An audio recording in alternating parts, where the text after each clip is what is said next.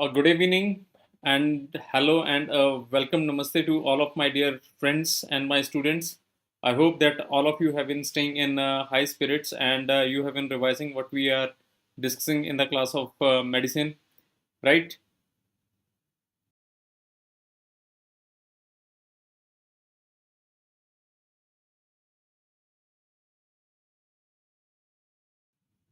So, guys, before we proceed further, I request all of you to please, send me the messages in the chat box that about the audio video thing is okay, or is there any thing which needs to be modified from the technology part of view, or else we can start with our today's discussion that we are going to discuss about the clinical cases.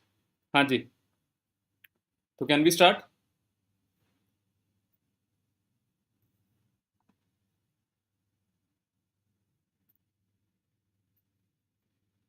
Thank you, Rishi Raj. Rishi Raj, can we start?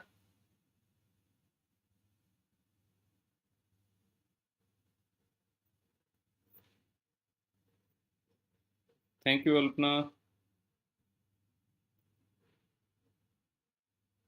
Everything is fine? Okay, चलो start करते हैं बेटा फिर. चलो, let's get to the question number one. So there is a 68-year-old man who presented to you with the possible Parkinson's disease.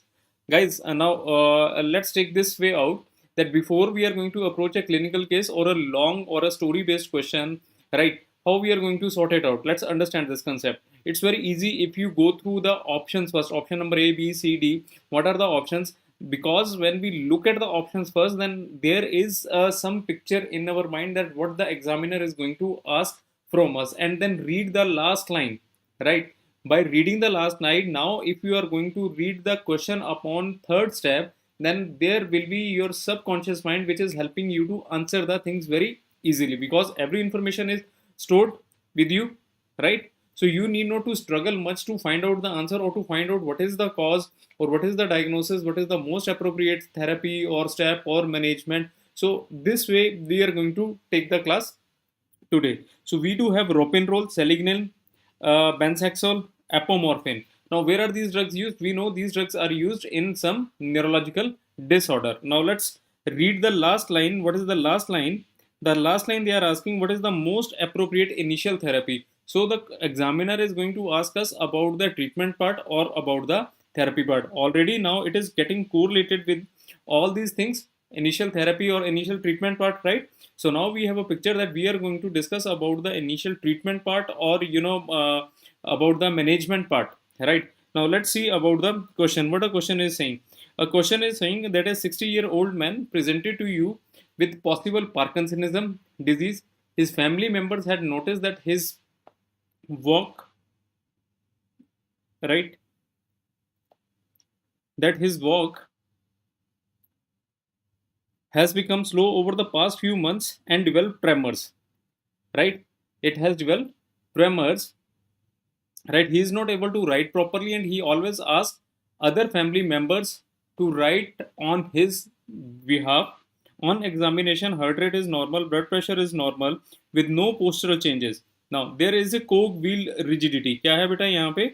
Cog wheel rigidity है यहाँ पे, right? So this is very important, cog wheel rigidity, and there is a pill rolling tremors.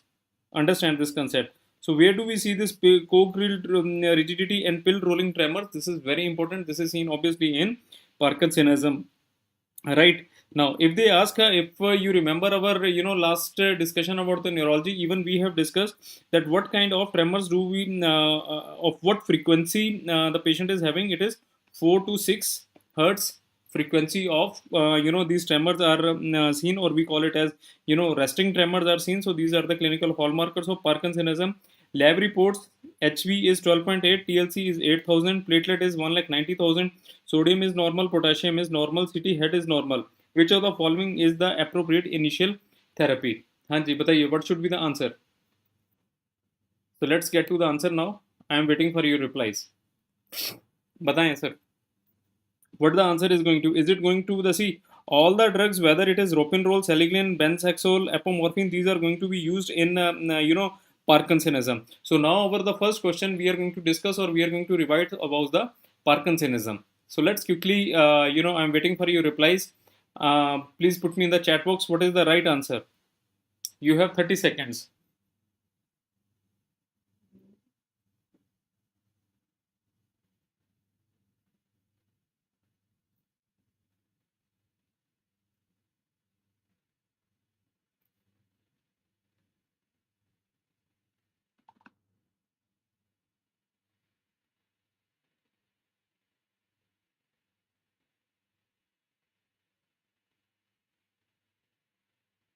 Okay, Ji. So, see, guys. First of all, let's understand let's understand about Parkinsonism. Then we are going to discuss, because if we know about the Parkinsonism, then it will be easy to answer all the things. Now, just a second. This Parkinsonism, there is some technical problem. This Parkinsonism is the second most common age-related neurodegenerative neurodegenerative disease.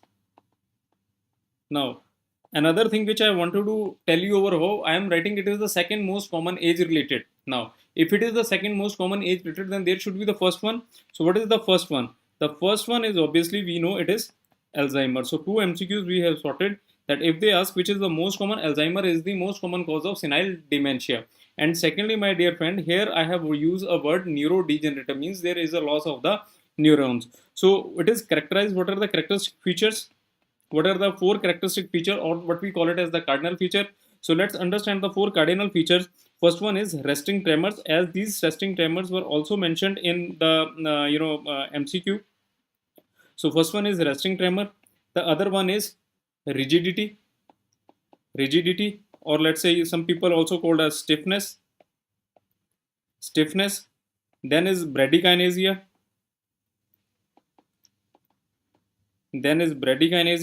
and gait impairment. And then we do have gait impairment. So these are the four characteristic features of Parkinsonism. Now, what is the pathological hallmark? Hanji, what is the pathological hallmark? Kya hota hai? If you know this thing, then obviously you are going to know the answer very clearly. So the pathological hallmark over there is that there will be a decrease in dopaminergic levels or dopamine levels. There is a decrease in the dopamine levels and increase in acetylcholine levels. ACH level is going to increase. This is the basic thing that needs to be understood, that there is a dopaminergic and acetylcholine imbalance. The dopamine level is going to reduce and the acetyl level is going to increase. Because the acetyl level is going to increase, the patient is having tremors and everything is going to be there, right? Okay, ji. Then talking about inclusion bodies. What kind of inclusion bodies do we see over here? What inclusion bodies? Another MCQ in Parkinsonism. Hanji, I am asking you, what inclusion bodies do you see over there in a case of Parkinsonism? Can you please tell me what are the inclusion bodies do you see? I am waiting for your replies. You have 10 seconds.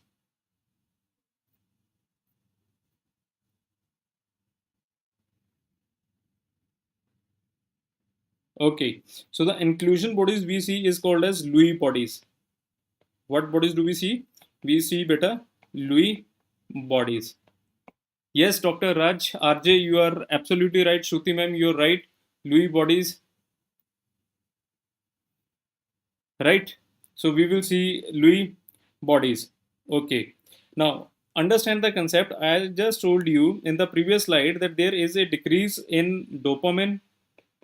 There is decrease in dopamine and there is increase in acetylcholine. So what it will lead to, basically, my dear friend, it will lead to a poor muscle coordination. It is going to lead to a poor muscle coordination. Now, if there is a poor muscle coordination, then obviously all the clinical features we would have discussed just now, like rigidity, or what you call it as a resting tremor. Now, particularly if I talk of rigidity, what kind of rigidity do we see? We see cogwheel rigidity, and we see the lead pipe rigidity. Now, this cogwheel rigidity is seen basically in the upper limbs, and the lead pipe rigidity is seen in the lower limbs. We know this thing. Then we do have gait impairment thing. This gait impairment thing is seen at like patient is having fascinating gait, patient is having difficulty in walking, particularly patient is having baby steps, and there is a tendency of fall on a sudden turn. All these are the clues. If you are going to encounter in an MCQ, you should be remembering all these clinical features, right? And there will be difficulty in even stopping suddenly. And then patient is having micrographia, and patient can have a mask like face, a decrease in eye blinking, right? There will be a monotonous speech, and the patient is going to have anosmia, right? Mood disturbances. Then if the mood disturbance has been blood, there are high likely chances that the patient is going to land up into depression, and patient may do have orthostatic hypotension also. So now let's talk about the treatment part. First of all, the treatment part, do remember this thing, that there is no specific therapy, or the no specific investigation part. I apologize, I'm talking about the investigation part. There is no specific investigation which can actually tell that the patient, this investigation can tell that the patient is having any Parkinsonism. So investigation, no specific investigation. The diagnosis is made on clinical judgment, on clinical findings or clinical judgment. Yes, you can do a MRI or a PET scan. Now, why MRI and a PET scan? So that you will be able to distinguish between the levels of the dopamine and the dopaminergic neurons and the acetylcholine neurons. So now let's talk about the treatment part. So what treatment you are going to have in this kind of patient? So these all drugs can be used, but if they ask you, see why I'm saying that you can use all these drugs, right? Now understand the concept over here. I am telling you that I have told you that there is a decrease in dopamine levels. So the first drug which you are going to use is dopamine agonist. We can use this dopamine agonist, right? So dopamine agonist we can use like levodopa. We can choose carbidopa, right? We can choose cabergoline. We can choose even bromocriptine. These are some of the drugs we already know this thing. Then we can choose anticholinergic drugs. Second group we do have is ACH, anticholinergic drugs we can choose. Now what are these anticholinergic drugs? Like benztropine, right? Then we can choose what you call it as monoamine oxidase B inhibitors. We can have another drugs, monoamine oxidase B inhibitors.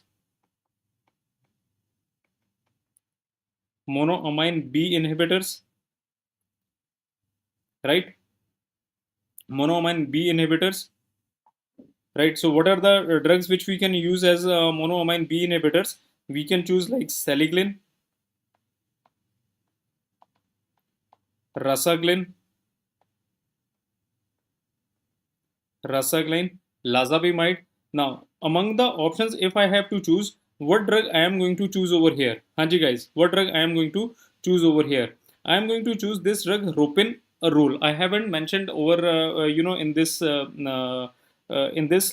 This, ropinirole is my drug which I am going to choose. Ropinirole will be the right answer. Now, what is this ropinirole basically? Now, guys, do remember this thing, that ropinirole is a potent non-ergolin dopamine agonist, and particularly it acts on the D2 receptors and D3 subtype, non-ergolin dopamine agonist, right? So this comes under this heading. So among the options provided, this is the important drugs, although other drugs can be used. But yes, because we know the pathophysiology, that what is the pathophysiology over here, that there is a decrease in the dopamine level and increase in the acetylcholine levels. So that's why we have to, make the dopamine levels high so that the patient will have a proper muscle coordination, proper, should have less of mood swings, or a patient may not land up into depression. So dopamine agonist we are going to give. So the answer is going to be the ropen roll over in this question. Okay ji, चलो अगला पढ़ते हैं हम लोग question. बताइए what is the answer over here. You have 30 seconds. Shruti Snil, we can give Venstropin, but tremors take a little longer time to develop. Once the patient is having tremors, only then we are going to give Venstropin. Now you see over here, I have particularly mentioned over here, कहाँ गए हमारे, ये रहा, right? Venstropin, and it is anticholinergic drugs. Venstropin comes under anti-acetylcholine or anti-anticholinergic drugs. That's why we are going to give on a later stages. चलिए ये वाले question के ऊपर चलते हैं. I hope I am clear with this question.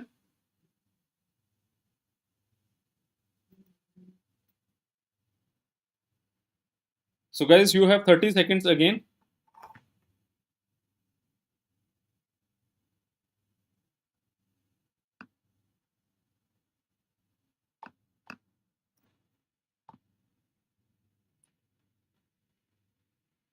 बताइए what is the answer.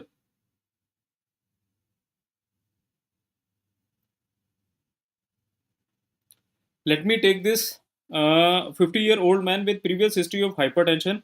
So the important thing is the patient is a known case of hypertension and angina present to you within the acute onset of headache while he was driving. So another important thing that the patient is having headache and was maximum within seconds of the onset. He often gets a headache, but this time this was more severe than his usual headaches. He has no focal weakness. This is another important thing. Headache followed by a severe episode of vomiting, and his neck becomes stiff, and he is not able to touch his chin and his chest. Right? He is taking multiple antihypertensive. Another you can correlate from this word medicines, and also consumes approximately 500 ml of alcohol per week. Okay, what is the most likely diagnosis? So we have infective meningitis, alcohol withdrawal, subarachnoid haemorrhage, intracranial bleed. हाँ जी बताइए क्या हो सकता है sir.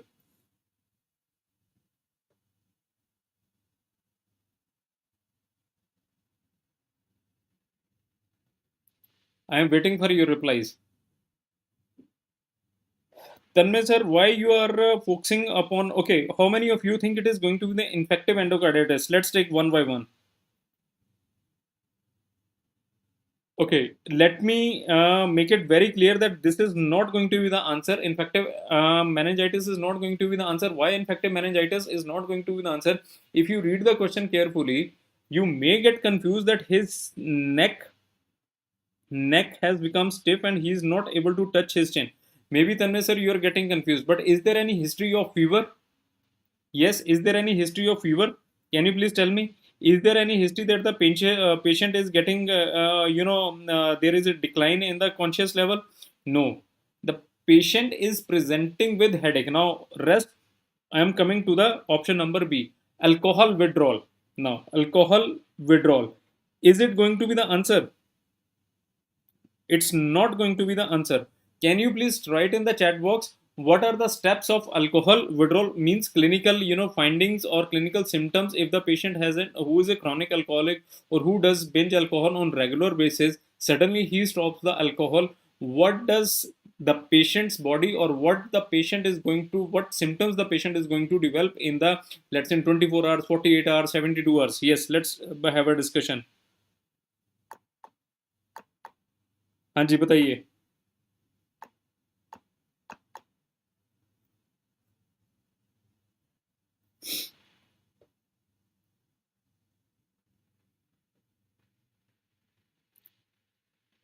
हाँ जी, can you please tell me? So first of all, let's understand the concept over here, that alcohol withdrawal is not the answer. alcohol withdrawal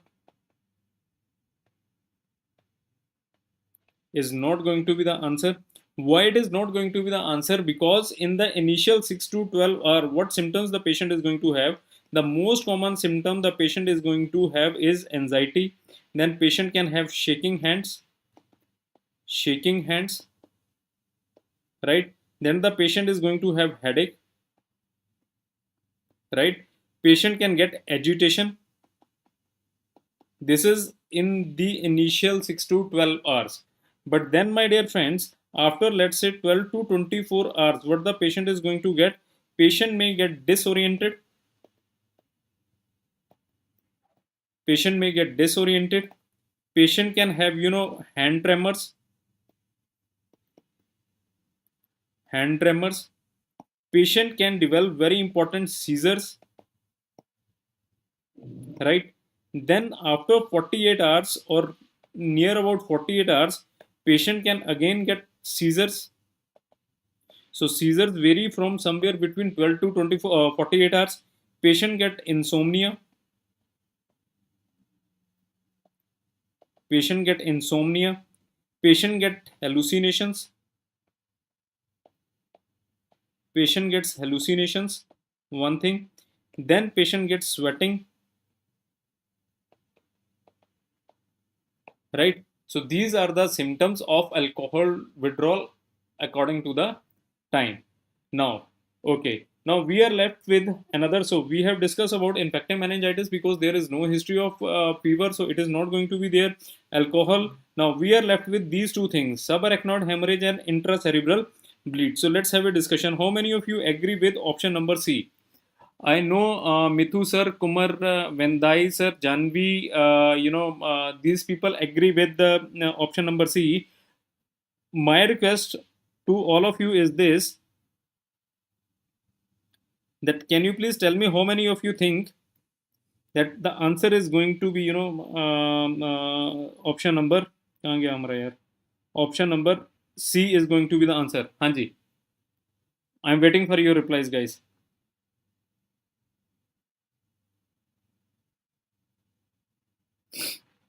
I'm waiting for your replies. How many of you agree with me that the option number C, subarachnoid, is going to be the option? Now, okay, then Dania, Janvi. Okay, let's understand this, my dear friend. Let's read the question very carefully. Is this patient hypertensive? Yes, this patient is hypertensive. Acute onset headache, very important history. Then it has reached to a severe extent within seconds of onset. All right, so it is not going to be migraine, right? Headache followed by severe episodes of vomiting, and another history antihypertensive medicines. So let's discuss about the subarachnoid hemorrhage.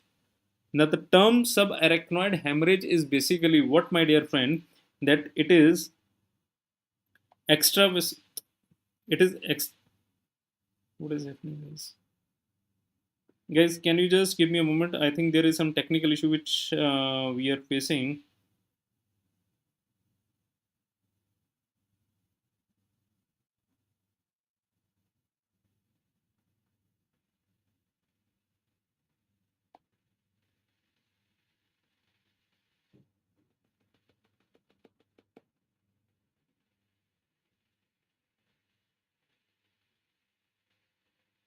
Okay, I will write over here. So basically what SAH means,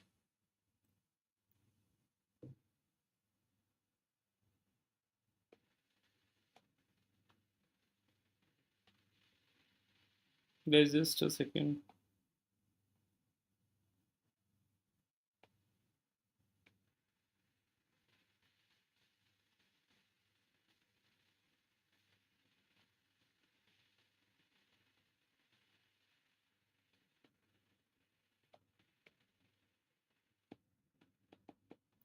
What does SAH means? It refers to extravasation.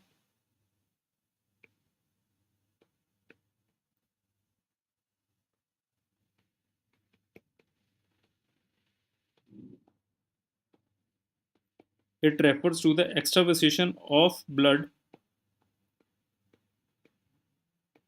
into the subarachnoid spaces. Subarachnoid spaces. This is the important thing, right? Particularly between the that pia and arachnoid membranes. What are the signs and symptoms? The most common sign and symptom. Understand the concept over here. That the most common, the most common symptom is headache, which is approximately ranging for 48 to 50% of the people, and this is the most common presentation, right? Followed by patient can have dizziness, patient can have dizziness, patient can have diplopia, patient can have diplopia, right? Now, what is the classical presentation? The classical presentation of subarachnoid hemorrhage is this, that the patient is going to develop acute severe sudden onset of headache. I repeat, this was the this was even the clue over here, that the sudden headache was maximum within seconds of onset, right? And this headache will definitely is going to accompany between with the episodes of nausea and vomiting, followed by there will be symptoms of meningeal irritation. So these are the thumb rule, or these are the hallmarks of the subarachnoid hemorrhages. Later, yes, I do agree with your point that the patient can also present with seizures, everything can be there. Okay, now understand the concept, that what are the causes of this subarachnoid hemorrhages? What are the causes? So understand that in this language the patient was hypertensive. In this question the patient is hypertensive. So don't you think the patient has stone? Patient might have a aneurysm which has ruptured over here, right? Patient is hypertensive, the intracranial pressure got increased, the aneurysm got ruptured, or the patient has now patient has presented may present with stroke in few time, although there is no focal weakness as of now in this question. But yes, if the patient had a bleed in the brain, it's going to be a hemorrhagic, and patient may also land up into stroke, right? Causes of this one, what you call it, as hemorrhagic stroke is the second most common type of stroke. First is infarctive or ischemic stroke, right? So second most common, this subarachnoid hemorrhage, it is the second most common due to rupture of berry aneurysm, due to rupture of berry aneurysm and trauma, and trauma.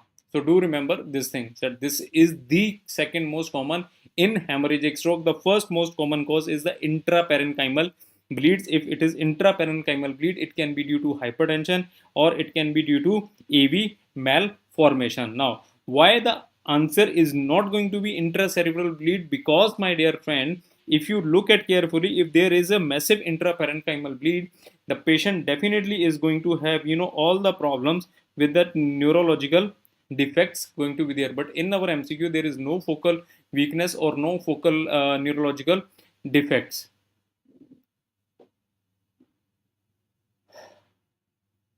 Okay,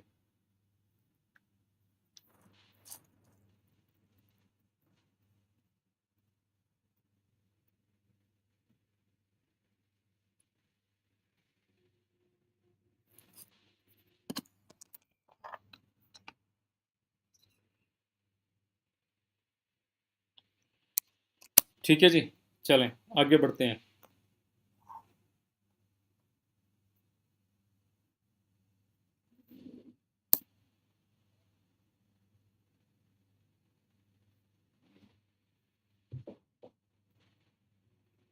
चलो, can you please read this question?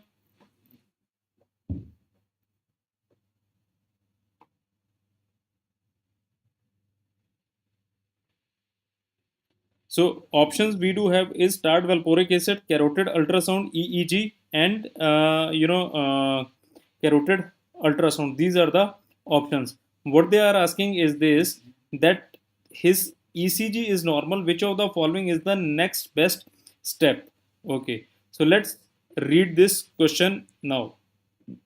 There is a person, 73 or 5-year-old patient presented to you with a grand mal seizure with incontinency of urine over the past 3 months. कितनी देर से?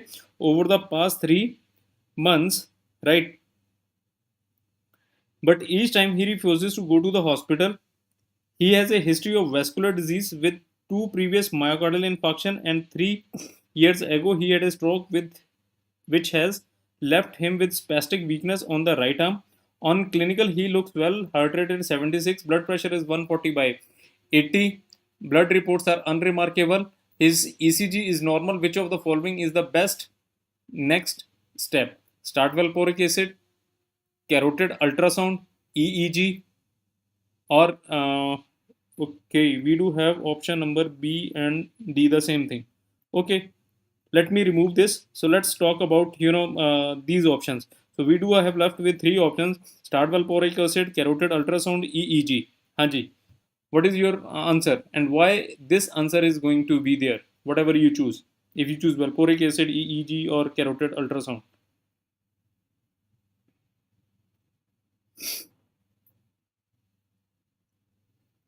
So the right answer over here, understand the concept over here, that what is going to be there, that in this case, my dear friend, that the patient is having already a seizure. Now, what are the causes of the seizures? हाँ जी, 75-year-old male patient के ऊपर causes की बात करें हम लोग, तो what are the causes in a late age or in elderly people? Causes of seizure in elderly people. So the first very most common cause is a CVA, जिसकी history already यहाँ पे दी हुई है, that the patient had a stroke. Another cause, the patient can have a brain tumor, right? Patient can have a cause like autoantibody formation, right? Patient can have other causes like alcohol withdrawal.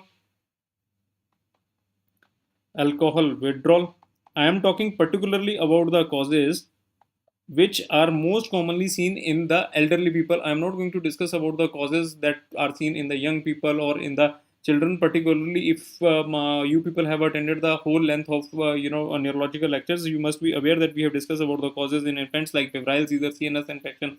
In adolescents, most common cause was trauma infections. In a young adult, it was trauma, alcohol, drug abuse. We have discussed everything. But now my specific question to you, that what is the cause of the seizures in elderly people, right?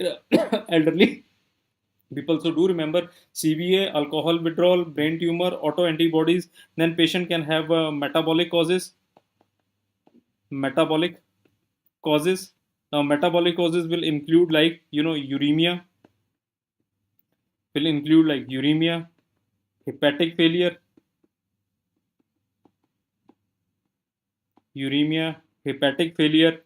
right? Then some antimicrobial drugs also causes. Antimicrobial drugs we have discussed, it can cause seizures in any age group, not particularly in this elderly, like fluoroquinolones, particularly that of levofloxacin, ciprofloxacin, other drugs like antitubercular drugs like isoniazid, acyclovir. These all are the drugs which can cause seizures. Okay, now let's get back to this question. Now we know this patient is having all the things, that the patient is having seizure, and the most culprit cause is the CVA. Now let's talk about the CVA. Why CVA is going to cause the why the CVA is going to cause this type of seizures. So let me show you a picture over here, where I do have a picture.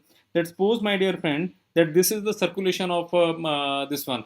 ये क्या है बेटा? Circulation है. यहाँ पे क्या होना start हो सकता है कि if there is any blockage, if there is any antibody formation, right, from where the blood is coming from the carotids, right? There are high likely chances that the blood is not coming properly to the brain. There is some kind of obstruction in the carotids.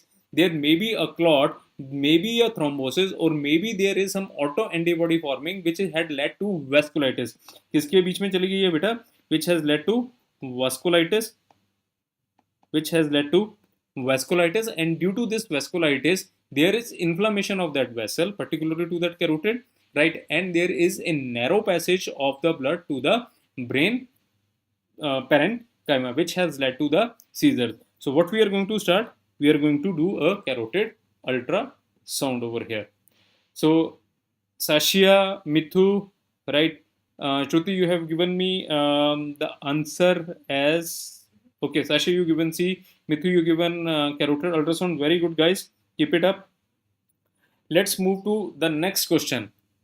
बताइए. So we do have options like lumbar puncture, force vital capacity, nerve conduction study, MRI brain.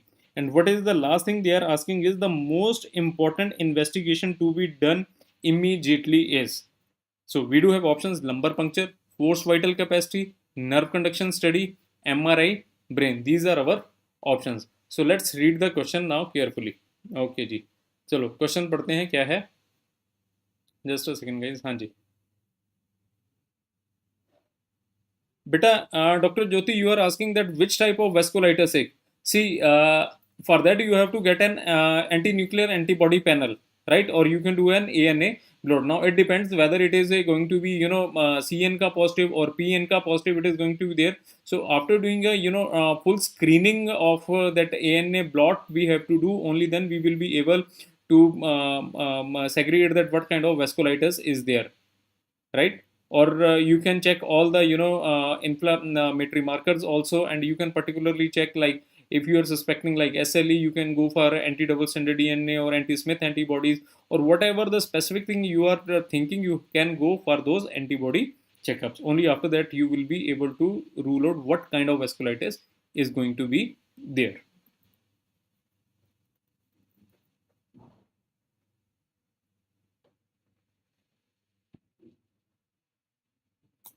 Okay ji. चलो ये वाला question पढ़ते हैं. 55-year-old patient presented with history of back pain from the last 7 days and progressive paresthesia and numbness in the legs. The paresthesia started in the calf muscles and spread to both legs. It has now extended up to his umbilicus in the past 72 hours. He reports weakness he reports weakness in his legs. He is able to pass urine normally, one thing. 1 week ago, he had diarrhea. Very important history. 1 week he had diarrhea. On examination, he has weakness at his ankle and knees, absent leg reflexes, flexor planters. The most investigation to be done. Now, before you go and tell me the investigation, guys, I would like to know what this patient is suffering from. What is the diagnosis? You have 30 seconds to tell me. You have 30 seconds to tell me, guys. बताइए.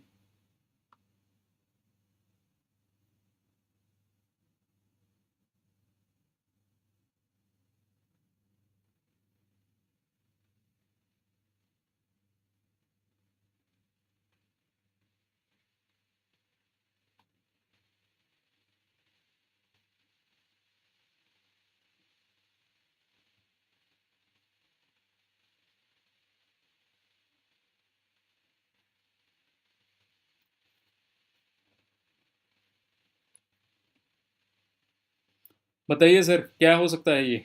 You are giving me answer Anand Mishra sir. You are giving me the answer D, which is not a right answer. It's not going to be a right answer. Chalo, I have given you the clues. Now we have 3 answers: lumbar puncture, forced vital capacity, nerve conduction study. So before we land up into a right answer, we need to know what is this. So guys, do remember this thing. The diagnosis of this is, it is the patient is suffering from okay, before I tell you, let me revise this. Back pain है, progressive paresthesia and in the numbness in the legs. Calf muscle was the first one to get involved, and then later it spread to both legs, now extended up to umbilicus. Please read these lines carefully. Please read these lines carefully and think what I am going to talk about. Please tell me what you are thinking about. Lumbar puncture, okay, lumbar puncture. I do agree we will do lumbar puncture, Dania Afzal, but most important investigation at this point of view, at this point of time, is not going to be lumbar puncture again. See, that what I am giving you a hint again and again. Okay, I am giving you a hint that this patient is suffering from an ascending paralysis. Now tell me, if this is ascending paralysis, means I am talking about Guillain-Barré syndrome. Now, what is this Guillain-Barré syndrome? Basically, beta, Guillain-Barré syndrome. What is it? Guillain-Barré syndrome. It's an acute inflammatory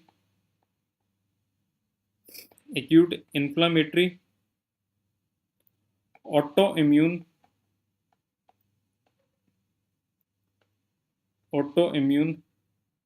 polyradiculopathy.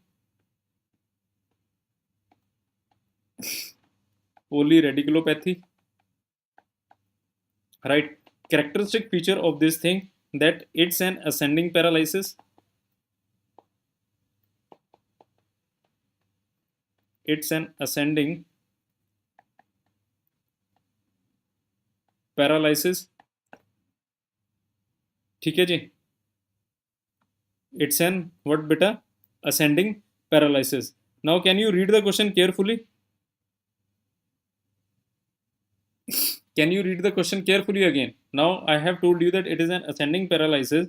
Now if I talk about the clinical manifestation, right, the patient will have areflexia. In clinical features or manifestation, patient is going to have areflexia, right? Patient can have motor paralysis,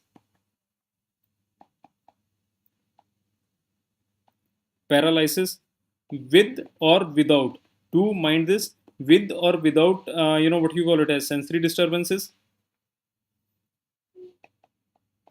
with or without sensory disturbances.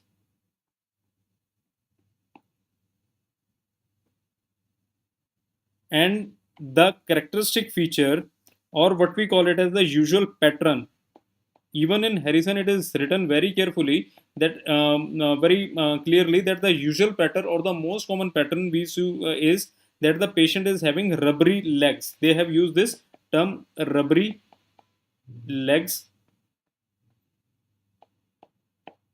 right? And the legs are most commonly and more affected than the arms. Do remember the other feature, that this patient is going to have back pain, shoulder pain. Gradually suppose that this is a patient who is suffering from a Guillain-Barré syndrome, right? This is a patient who is suffering from a Guillain-Barré syndrome. When I say it is ascending paralysis, the weakness, the areflexia, the motor paralysis is going to start from the lower limbs.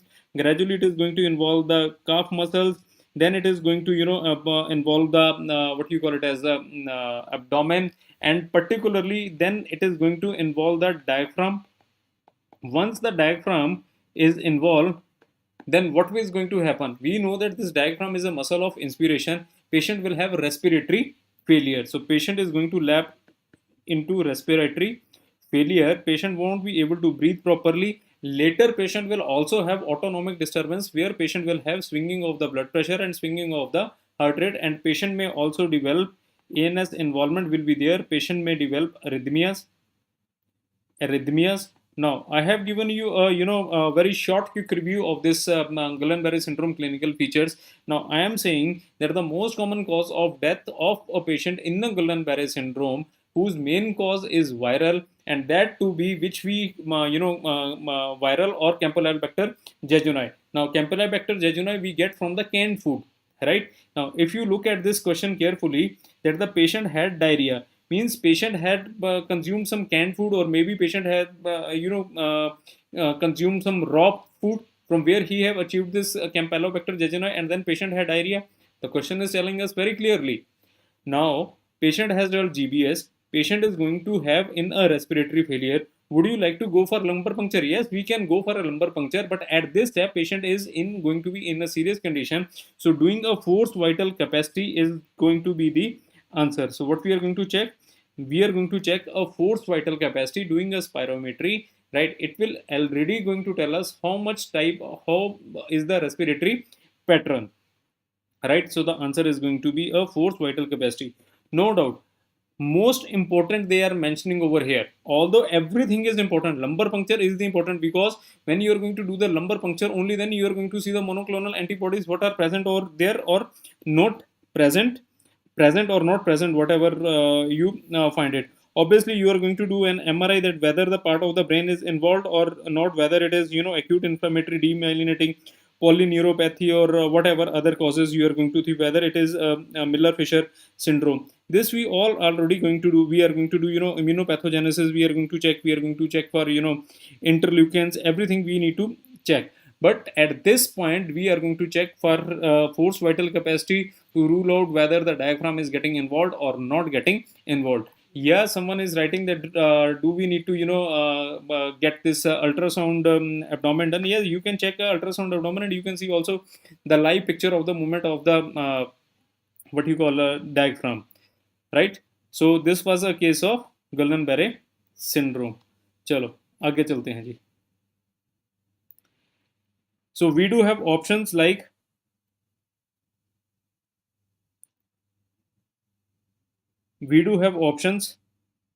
sodium valproate, lamotrigine. We do have options sodium valproate, lamotrigine, levetiracetam, and carbamazepine. बताइए. And what anti-epileptic drugs you will start is the question. Now let's read the question carefully. That for a 27-year-old patient presented after second episode of loss of consciousness, he describes a briefing rising sensation in his abdomen prior to loss of consciousness. It is clear from the witness that he went to have a generalized tonic-clonic seizure.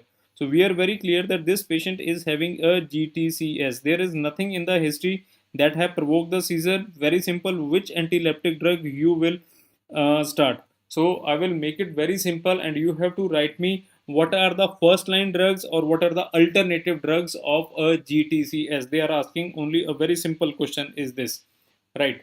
So I'm waiting for your replies in the chat box.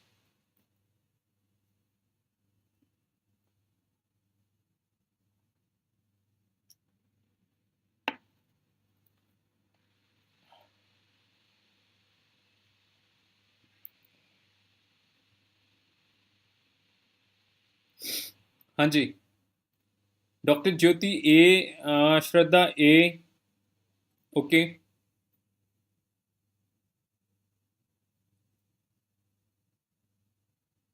Anyone else? Okay. See, guys, we do have two answers over here. There are two drugs. Now, let's discuss about the treatment of GTCS, generalized tonic-clonic seizures. So, what do we have? We do have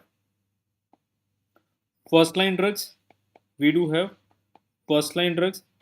Then we do have alternative drugs. Alternative drugs.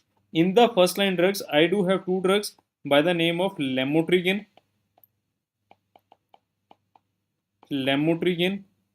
and second is valproic acid or sodium valproate, whatever you want to call valproic acid.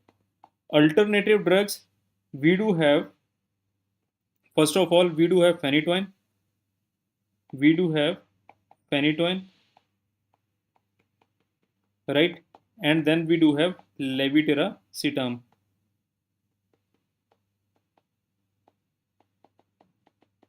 Right. Now our debate is going to be upon these two drugs. So these two are left behind, levetiracetam and carbamazepine. We have to choose one, whether it is going to be a sodium valproate or whether it is going to be a lamotrigine. So what we are going to choose? We are going to choose lamotrigine, because the side effect of the lamotrigine as compared to the sodium valproate is going to be less, right?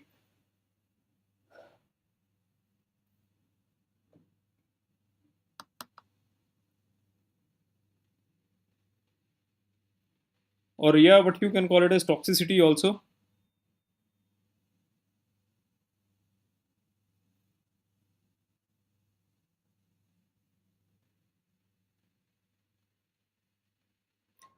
Guys, see, this valproic thrombocytopenia, I do agree. Thrombocytopenia is yes, right? But if you go, according to the book or the theoretical knowledge, nausea is going to be the most common side effect of valproic acid, followed by headache, patient can have intracranial, not intracranial, increased bleeding time. Yes, thrombocytopenia can be there. So this is the important. Thrombocytopenia, tremors, these all are the side effect. हाँ जी.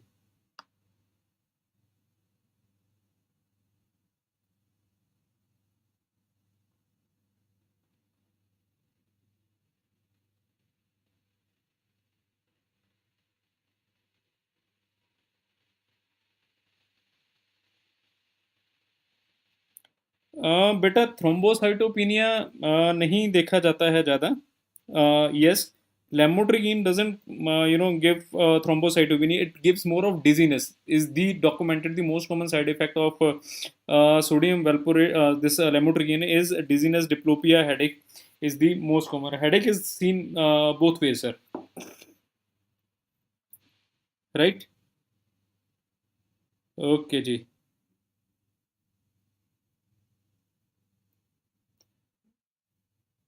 चलिए ये वाला question पढ़ते हैं. IV hydrocortisone, salbutamol nebulization, low molecular weight heparin, IV fluids.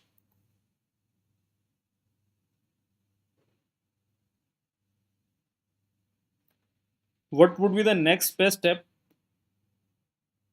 to manage this situation? So you have to give the situation awareness. Now let's read the question. 65-year-old female presented with shortness of breath. On examination, you find swelling over the leg. Very important, if you're finding a swelling over the leg. Heart rate is 112 per minute. Blood pressure is 100 by 70 mmHg. Respiratory is 32. Her chest was clear and heart sound were normal. She was given a high flow oxygen. ABG on air, pH is 7.5. PCO2 is 29. PO2 is 54. What is the likely diagnosis?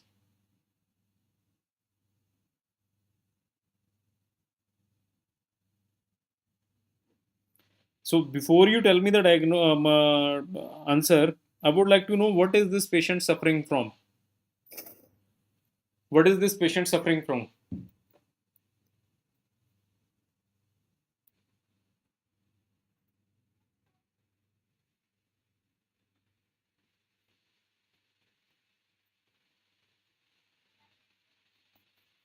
What is this patient suffering from? Hanji, can you please tell me?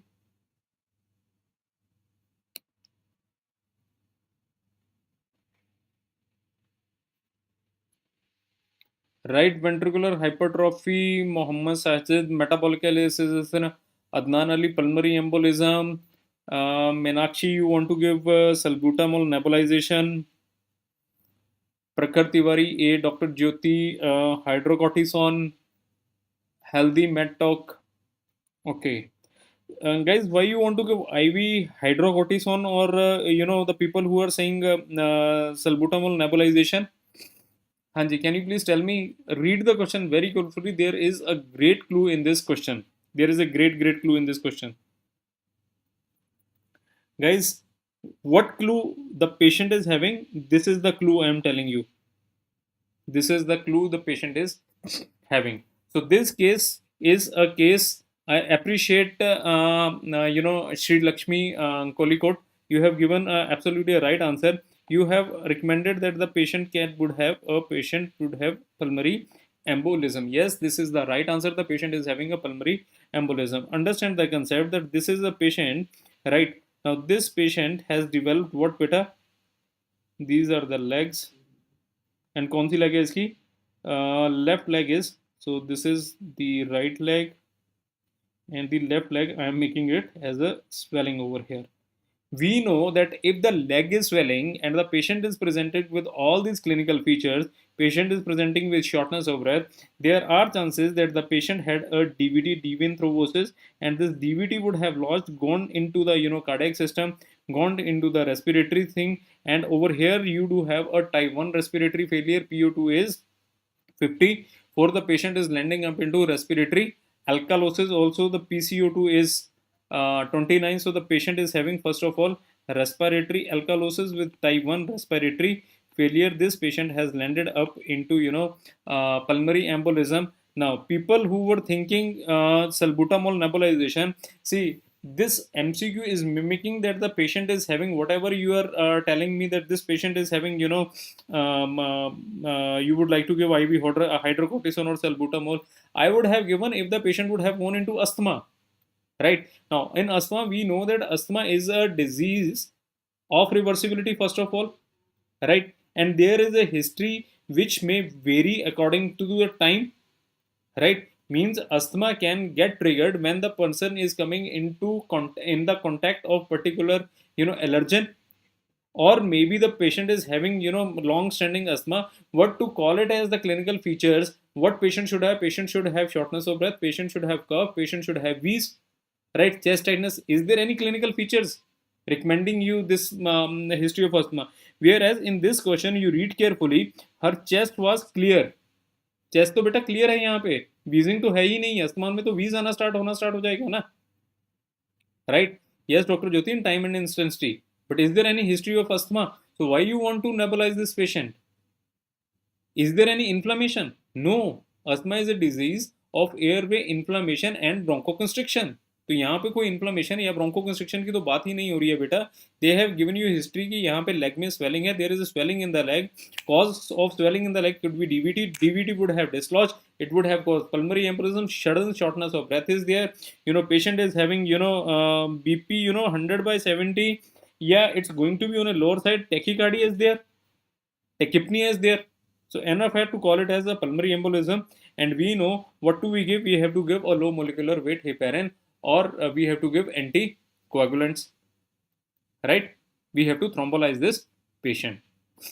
Okay जी, चलो आगे चलते हैं. Okay, ये वाला question पढ़ते हैं हम लोग. A 50-year-old male nurse comes to you in the OPD. Okay, sorry. But let's read the MCQ options first. CT chest, alpha 1 antitrypsin deficiency testing, echocardiography, spirometry with reversibility. What is the last line? Which would be the most useful investigation to guide him pharmacological management? So based upon that test, you are going to tell what drugs needs to be given. Got my point? This is the question. Now let's read the question. A 50-year-old male nurse comes to you in the OPD. He complains of increased shortness of breath, a chronic cough and wheezing. He has a 30-pack years smoking history. Very important. On examination, he smells strongly of cigarettes. On auscultation, there is wheezing and occasional crackles. Okay. A chest X-ray confirms hyperinflation. What would be the most useful investigation to guide him pharmacological management? Okay. Okay guys, can you please tell me what is the diagnosis of this patient? क्या diagnosis है इसका? What can be the diagnosis?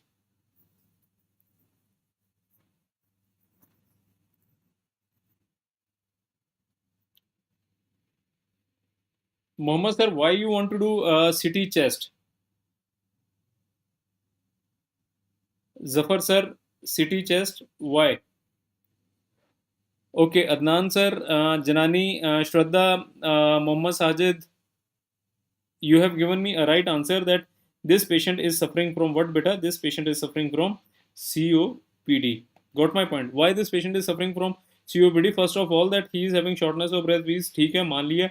Pack years की history दी हुई है. ही strongly smells of cigarette. 50 साल का बंदा है तो सिगरेट स्मोक करता है. Clinical feature, wheezing and occasional cracks are there. Agreed. Chest X-rays confirms hyperinflation. Now there, what are the findings or radiological findings of a COPD? Patient will have a tubular shape of heart. Patient will have hyperinflation, and patient has a flattening of the diaphragm. These are the findings. Hyperinflation means there is emphysema which has been established. So CT chest is not going to tell you about the treatment. First of all, it is going to help you in making the diagnosis.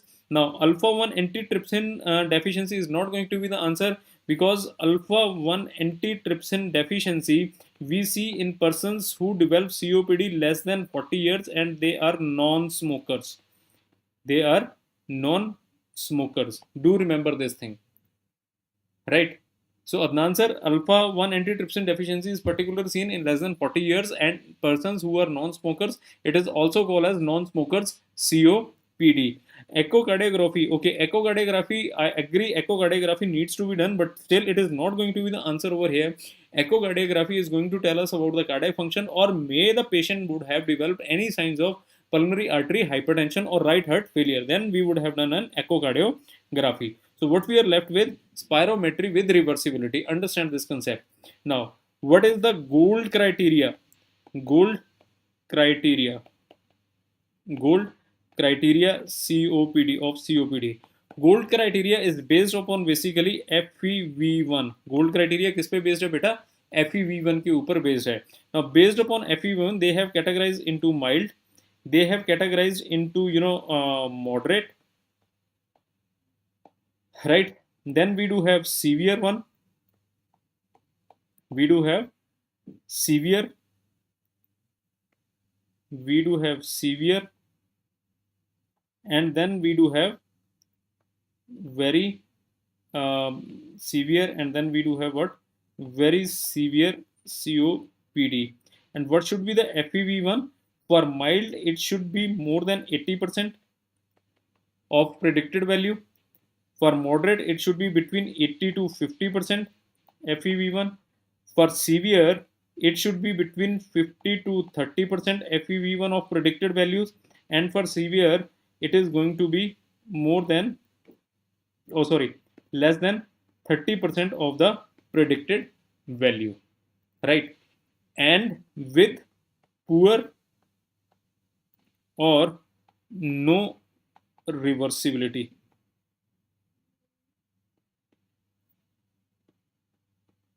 With poor or no reversibility. Now, based upon this gold criteria of COPD, right, we are going to tell about the treatment part. So, what we are going to give the treatment, that in a case of, for a case of what you call it as a mild, we are going to recommend anticholinergic drugs. Preferred drugs are anticholinergic drugs. Like what we are going to give, the preferred, I am not talking that these are the drugs, I am talking about the preferred drugs. Why I am talking about the preferred drugs? Because in COPD, my dear friend, the parasympathetic tone is higher, and if the parasympathetic tone is higher, the acetylcholine level is going to release in excess, and we know that the release in excess of acetylcholine is going to cause bronchoconstrictions, right? So we are going to give anticholinergic drugs, like we can give what you call it as anticholinergic कौन कौन से होते हैं यार? हाँ जी, can you please tell me what are the anticholinergic drugs? Yes, tiotropium is बेटा long acting. Ipratropium, ipratropium, tiotropium, tiotropium, ऑक्सीट्रोपियम,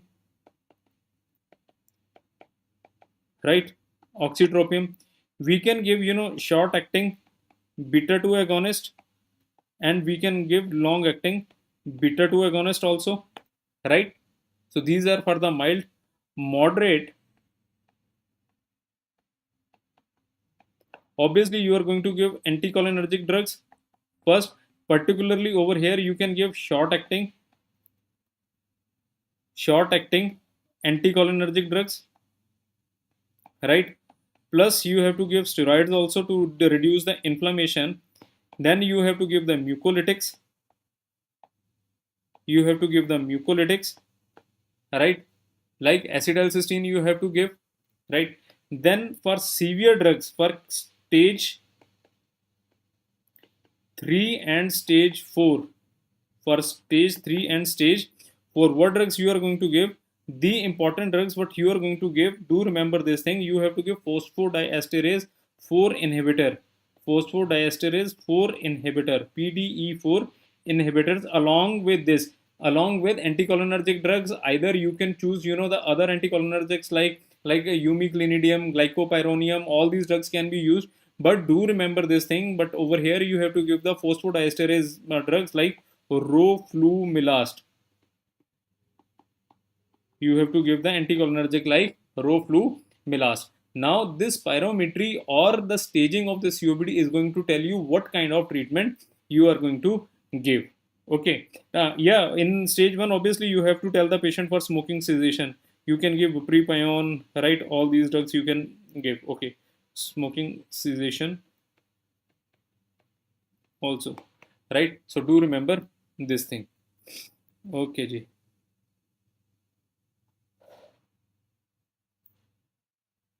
Tell me what is the answer.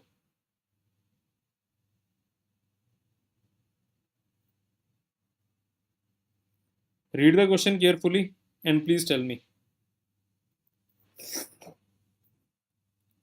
So options we do have is, one is thrombolysis, clopidogrel, we do have anti-G infusion, and we do have diamorphine.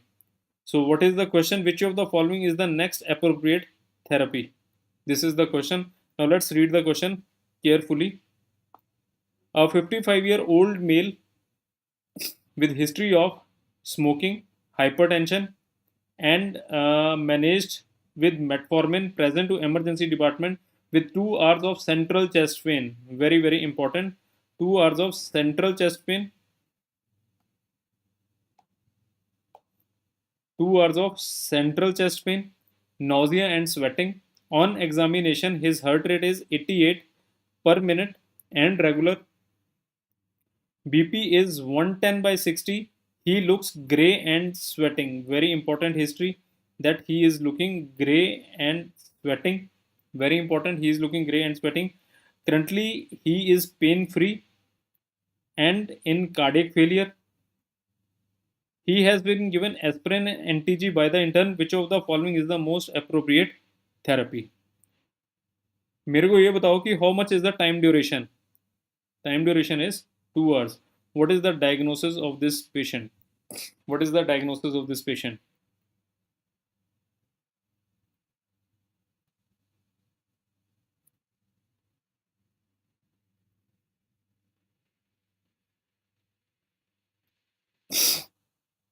What is the diagnosis of this patient?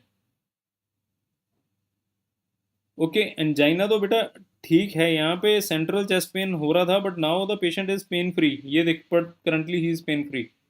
Angina pectoris थोड़ा और depth में जाओ तो आपको diagnosis समझ आएगा बच्चे. So this patient is basically a diabetic because here diabetes was managed with metformin. So the patient would have presented with myocardial infarction. Do remember this: the patient has presented with myocardial infarction, right? Now, if the patient has presented with myocardial infarction, and we know that what is the chart of this myocardial infarction, that if the chest pain, if there is chest pain,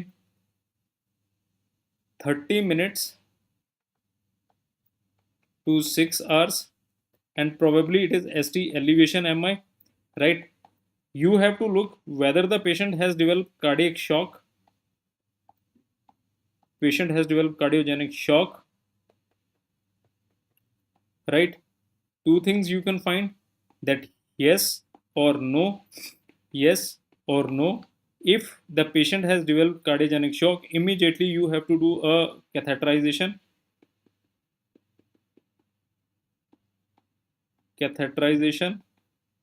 Right? And you have to go for a PTCA. If the patient has not developed cardiogenic shock, you can still go for a thrombolytic therapy. You can go for a thrombolytic therapy.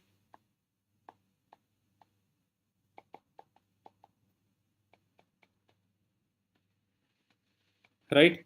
Now, whether you will look whether the thrombolytic therapy is contraindicated or no or yes, right? If it is contraindicated for any reason, right, if the patient is having any bleeding diathesis or any other cause where you cannot thrombolyze the patient, obviously you are going to go for a PTCA. If no, you have to look whether it is anterior wall MI, or lateral wall MI. Then obviously you are going to do thrombolysis. You are going to go for a thrombolysis, right? if the patient has developed, if the patient has, let's say, developed inferior wall MI, and the time duration is less than 4 to 6 hours, right? Depending upon the time duration, you have to choose yes. If has developed time duration is less than 4 to 6 hours, again you may thrombolyze. Thrombolysis may occur, right? Then, my dear friend, if there is, guys, I really, I don't know what technical issue is this I'm facing, this thing. So again, I'm coming from here, that if the patient has developed inferior wall MI, time duration is less than 4 to 6 hours, right? Yes. Here it is no. Then you can go for thrombolysis. You can go for a thrombolysis, right? Here it is no. Then, my dear friend, is patient hemodynamically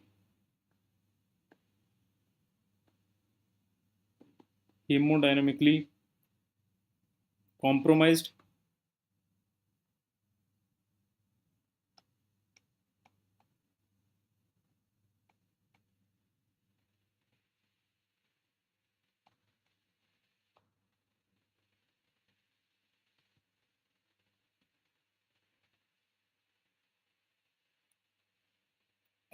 If the patient is hemodynamically compromised,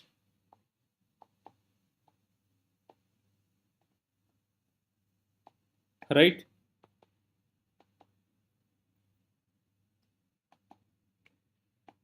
Yes and no, right? If no, you can go for a conservative therapy. Conservative therapy. If yes, you have to go for either PTCA or thrombolysis. Means basically you're going to go for a PTCA, thrombolysis only in case where the PTCA is not available. So the answer will be PTCA. But in this question, obviously we know that the patient is not developed cardiogenic shock, right? Although he is looking for gray and sweating, presuming this patient has acute MI. So here what we are going to do, we are going to do a thrombolysis. Yes, Dr. Jyoti, you have given me the right answer, guys. So guys, anything apart from these questions, please do message me, and you can follow all my lectures upon the Unacademy app. I hope you have enjoyed the question and session today, right? And I also request all of you to please keep on reading and revising whatever the topics we have discussed, and don't take stress. Enjoy your life also, right? So, guys, thank you very much. It was really nice interacting with you and discussing all these clinical case scenarios. So, we will meet you in the next session. Thank you very much, and good night to all of you.